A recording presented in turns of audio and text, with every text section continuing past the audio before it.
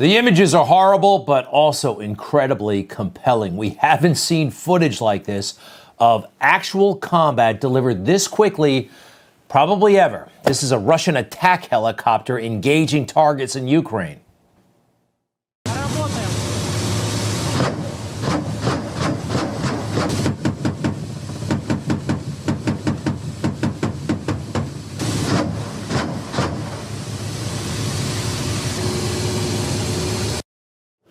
You see that X like that? That means pull up. You're about to hit the ground. This is a Russian helicopter engaging. It looks like a black blob, but that's a Ukrainian tank, we believe, that was just taken out.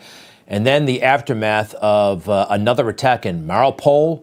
I mean, look at these buildings. This looks like nuclear winter. This is horrible stuff, of course. And people are dying, big time. We don't have a civilian count, but at this point we have 7,000 Russian troops are dead. They started this thing, but this is all awful. 2,000 Ukrainian troops dead in just, less than 4 weeks.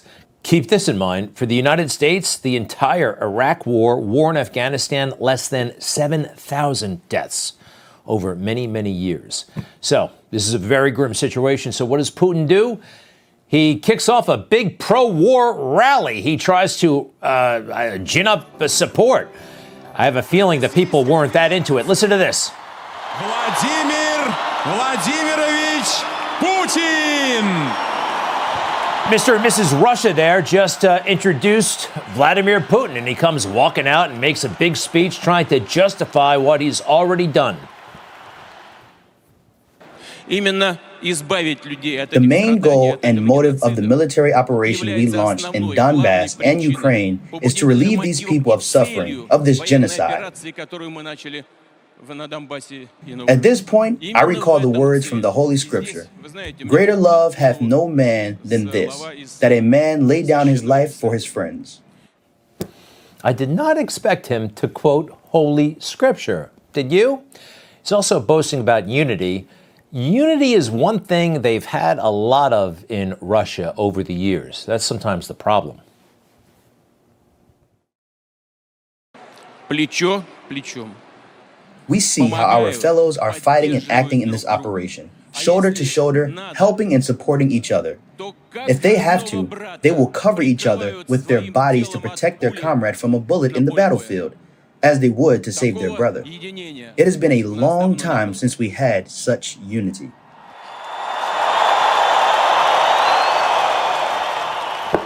We'll talk about what prompted Putin. Maybe some of the great press the fake news gave him over the years helped lead to this moment. By the way, he just seemed kind of weird in that turtleneck shirt, sweater, and the jacket. And at one point, doing this kind of thing, like trying to start a wave. And oh, by the way, Putin has gotten a little bit stocky, hasn't he? This is a new Putin. Remember when we first met him? He was all like angular and Nordic and all that stuff. Anyway, that's what he looks like now. Hey, where is the United Nations? Where has the United Nations been? I mean, this is kind of what the United Nations is supposed to do, right? Secure the world. Don't they have peacekeeping troops? Nothing, absolutely nothing from them. Zelensky certainly has their number. The war of the past have prompted our predecessors to create institutions that should protect us from war. But they, unfortunately, don't work. We see it, you see it, so we need new ones, new institutions, new alliances, and we offer them. Yeah, he came up with an idea for something called U24. Within 24 hours, member states respond. Interesting idea, probably will never happen. So the world used to look to the United States. And what does the United States do? With Joe Biden in charge, we hem, we haw, and we look to China. So there was that big phone call with China. I expect leaders to be talking to each other all the time on the phone. I don't know why I needed to hear about this all week long, that Joe was going to call up President Xi today, but that's what they told us.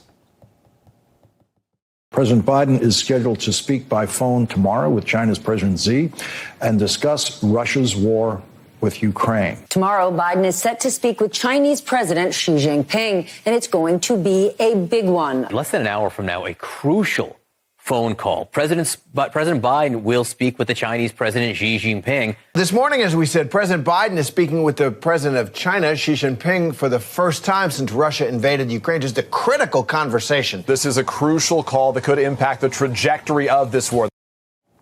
Well, no concrete takeaways, but really, what is the big deal? I thought that they could engage each other all the time.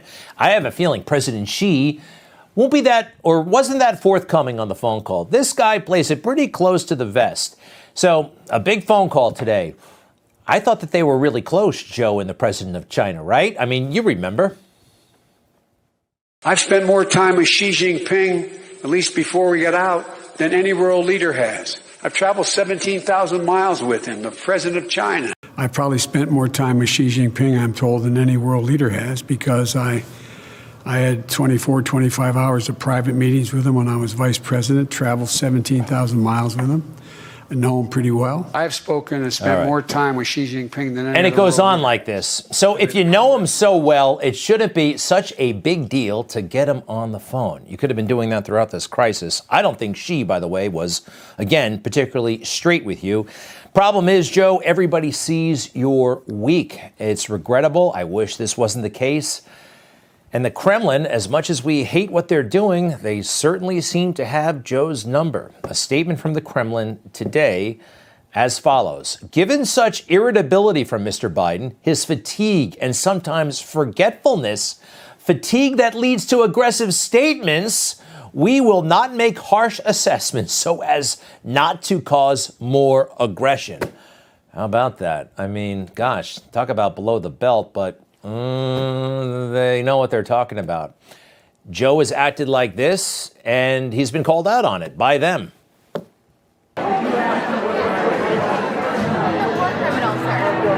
I think he is a war criminal. Will you be meeting with him? No matter what you all say, that's called World War III. Putin is an aggressor. He is the aggressor. And Putin must pay the price. It'll include 7,000 small arms, machine guns, shotguns, grenade launchers to equip the Ukrainians, including the brave women and men who are defending their cities. I'm sick of this stuff. We are not seeking direct confrontation with Russia. The Russians called it fatigue. That's code for weakness. That's what the world sees right now. The fake news continues to cover for him, but everybody can see it. America is not leading in this one. And we believe that Joe is compromised.